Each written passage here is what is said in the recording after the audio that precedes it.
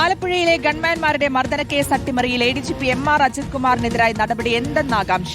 ADGP ഇടപെട്ട് case file തിരുത്തിച്ചെന്ന് ചൂണ്ടിക്കാട്ടുന്ന report DGP ഇന്നലെ സർക്കാരിന് കൈമാറി.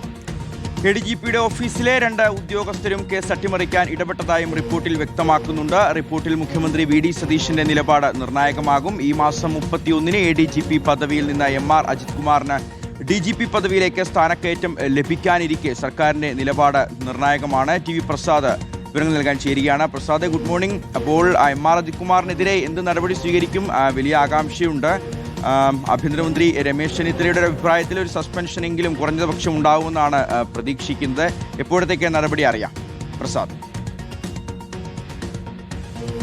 ശിഹാസുദി, ഗുഡ് മോർണിംഗ്. ഏറ്റവും പ്രധാനപ്പെട്ട വിഷയം അതിൽ എന്ത് നടപടി ഉണ്ടാകും എന്നത് തന്നെയാണ്. നമുക്കറിയാവുന്നതുപോലെ എഡിജിപിയുടെ റിപ്പോർട്ടാണ് ഒരുപാട് നാളുകൾക്ക് ശേഷം ആ സർക്കാരിലേക്ക് കൈമാറിയിരിക്കുന്നത്. നമുക്കറിയാവുന്നതുപോലെ UDF-നെ സംബന്ധിച്ചിടത്തോളം ഏറ്റവും പ്രധാനപ്പെട്ടൊരു വിഷയമായിരുന്നു. അതുകൊണ്ട് തന്നെയാണ് ആദ്യത്തെ മന്ത്രിസഭാ യോഗം ആലപ്പുഴയിലെ രക്ഷാപ്രവർത്തന കേസിൽ പ്രത്യേക അന്വേഷണ സംഘം രൂപീകരിച്ചത്. AP ഷൗക്കത്ത് അലിയുടെ നേതൃത്വത്തിലുള്ള സംഘം വളരെ പെട്ടെന്ന് അന്വേഷണം പൂർത്തിയാക്കി റിപ്പോർട്ട് സമർപ്പിക്കുകയും ചെയ്തു. പക്ഷേ DGPക്ക് മുന്നിലെത്തിയ റിപ്പോർട്ട് വളരെ മെല്ലെയാണ് പിന്നീട് നീങ്ങിയത് എന്ന വിവരവും നമുക്ക് എല്ലാവർക്കും അറിയാം. 3 ആഴ്ചയിലേറെയാണ് DGPയുടെ ഓഫീസിൽ ആ റിപ്പോർട്ട് കടന്നത്. ഏറ്റവും ഒടുവിൽ ഇന്നലെ അത് സംസ്ഥാന സർക്കാരിന്റെ കയ്യിലേക്ക് വരുന്നു. ഇനിയിപ്പോൾ നേരത്തെ വിശദീകരിച്ചതുപോലെ അതിൽ മുഖ്യമന്ത്രിയുടെ നിലപാട് ഏറെ നിർണായകമാകും. നേരത്തെ തന്നെ രമേശ് ചെന്നിത്തല കർശനമായ നിലപാട് സ്വീകരിക്കണം ADGP എം.ആർ. അജിത് കുമാറിനെതിരെ എന്ന അഭിപ്രായമുള്ള ആളാണ്. കാരണം ആ അന്വേഷണ റിപ്പോർട്ട് തിരുത്തുക എന്നുള്ളത് ഒരു അന്വേഷണ ഉദ്യോഗസ്ഥനെ സംബന്ധിച്ചിടത്തോളം ഏറ്റവും ഗുരുതരമായ ഒരു കുറ്റമാണ്.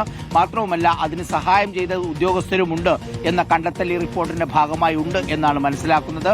അങ്ങനെയെങ്കിൽ എന്താണ് നടപടി എന്നുള്ളതാണ് പ്രധാനപ്പെട്ട ചോദ്യം. അതേസമയം 2 സർക്കാരിലും കാര്യമായ ഉദ്യോഗസ്ഥനാണ് എം.ആർ. അജിത് കുമാർ എന്ന വിവരം എല്ലാവർക്കും അറിയുകയും ചെയ്യാം. ഇങ്ങനെയുള്ള ഘട്ടത്തിൽ ഇനി എന്തായിരിക്കും എം.ആർ. അജിത് കുമാറിനെതിരെയുള്ള നടപടി? അത് എപ്പോഴുണ്ടാകും? ഈ മാസം കഴിഞ്ഞാൽ നമുക്കറിയാവുന്നതുപോലെ DGP പദവിയിലേക്ക് എം.ആർ. അജിത് കുമാർ എത്തേണ്ട ഒരു മാസമാണ്. ഈ മാസം എത്തുമോ ഇല്ലയോ എന്നുള്ളത് തന്നെയാണ് ഇതിൽ സംസ്ഥാന സർക്കാരിന്റെ നിലപാട് ഏറെ പ്രധാനപ്പെട്ടതുമാണ്. എന്തായാലും ആലപ്പുഴയിലെ രക്ഷാപ്രവർത്തനം എന്നറിയപ്പെടുന്ന UDF പ്രവർത്തകരെ, പ്രത്യേകിച്ച് യൂത്ത് കോൺഗ്രസ് KSU പ്രവർത്തകരെ അതിക്രമിച്ച ഗൺമാൻമാരുടെ നടപടി, ആ നടപടി വലിയ ചർച്ചയായിരുന്നു, കോലാഹലമായിരുന്നു. അതിന്റെ അന്വേഷണ റിപ്പോർട്ടാണ് അന്ന് ADGP എം.ആർ. അജിത് കുമാർ അട്ടിമറിച്ചു എന്ന വിവരം പുറത്തേക്ക് വന്നതും പിന്നീട് അതിന് തെളിവുകൾ ഉൾപ്പെടെ SIT കണ്ടെത്തുകയും ചെയ്തത്. ശിഹാസുദി.